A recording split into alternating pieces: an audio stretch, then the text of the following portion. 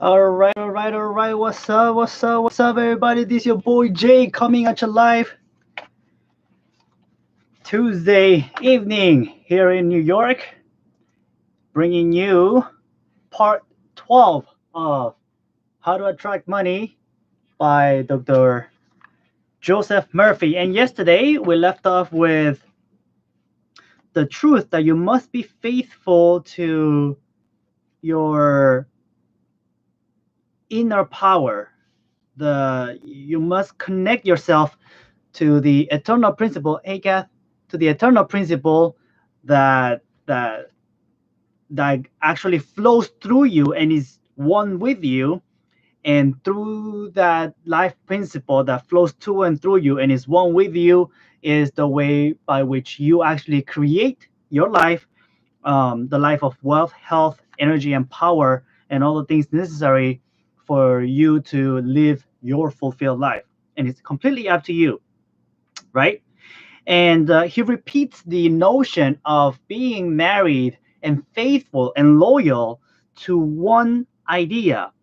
And what that means is the marriage and the metaphor and the way he uses it. What's going on, Kevin? The metaphor that he uses it for is the fact that you cannot mentally entertain two ideas that are opposite from each other.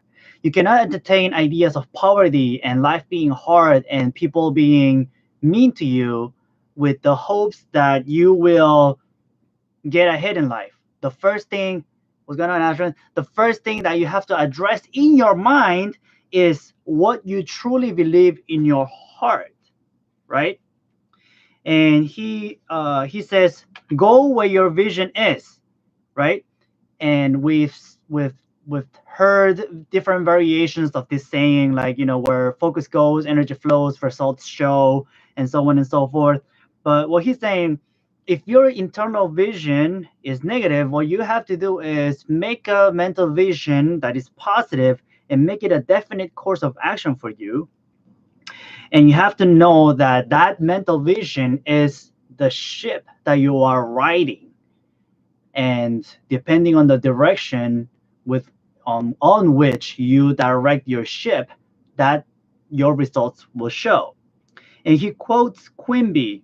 I don't exactly know exactly who Quimby is, but he seems to have been a very prominent doctor, who was also a student of the mind, not just of the body. And he says, man acts as he is acted upon. And I was like, whoa, like there's a lot of power there. Let me just understand this properly. Man acts as he is acted upon because there is something that moves you. Your body does not move without being directed to move. What moves you is your ideas, your beliefs, your opinions, and those things activate your mind and condition you to the point that you become an expression of your beliefs. So man acts as he is acted upon. You are acted upon by your own ideas and beliefs. You are acted by a power higher than you actually think that you own.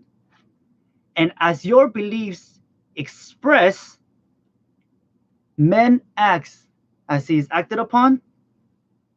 And actually, the definition of man that he gives us here is a jewel. He says, man is belief expressed.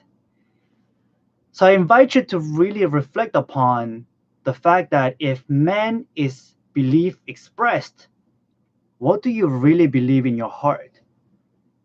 And if what you believe in your heart right now is not helping you, what do you really want to believe in? And what do you plan to do to completely shift the current paradigm that controls your beliefs and choose beliefs that are going to empower you further on your journey in life? And he keeps quoting Quimby, and Quimby talks about our minds being like atmospheres. And what he means to say with that is that you're born into a certain atmosphere of beliefs, superstitions, and so on and so forth. So depending on the environment into which you were born, you're going to assimilate the same atmosphere of mind. You're going to inherit the same atmosphere of mind. So think about that. If,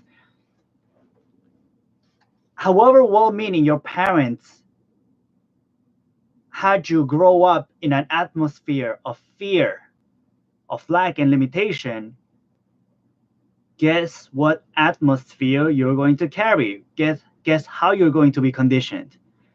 However, it doesn't mean that because you were conditioned in one way, you're going to forever carry the same conditioning. You have the power to recondition yourself, because remember, man acts as he is acted upon. And you act your beliefs, you express your beliefs. So how do you change that?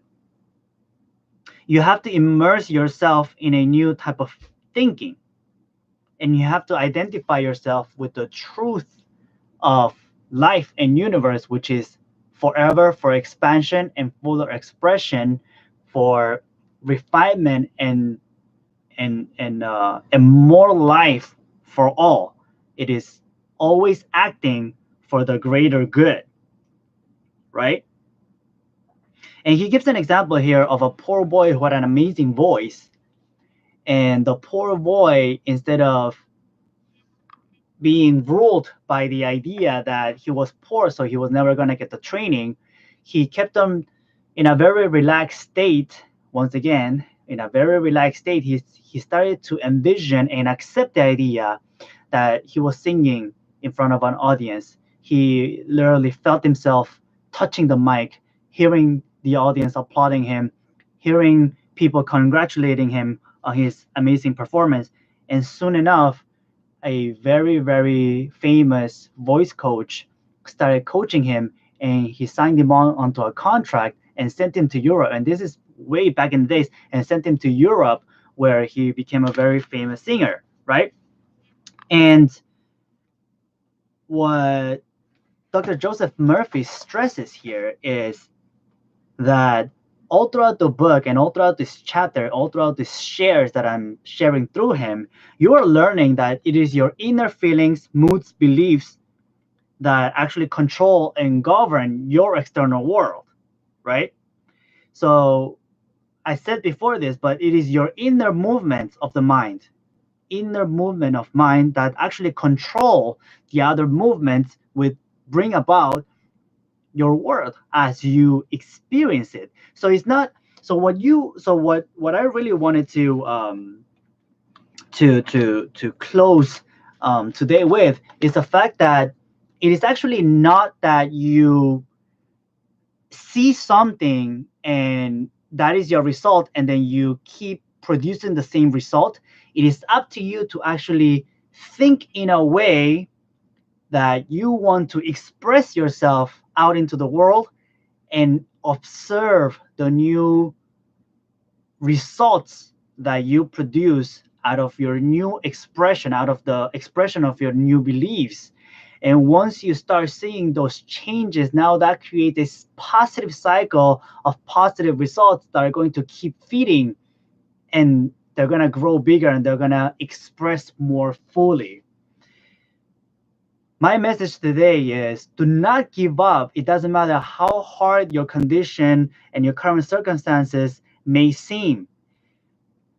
Allow yourself just a few minutes a day, even if it's just 5 minutes, 10 minutes before you fall asleep, to take a few deep breaths.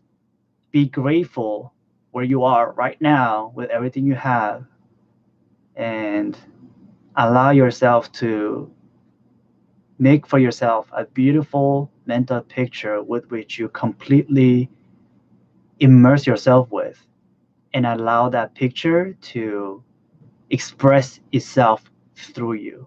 And through that, you will see that you're going to create the life that you love. With that, guys, much love, and I'll see you on the next one. This was your boy Jay. Peace out.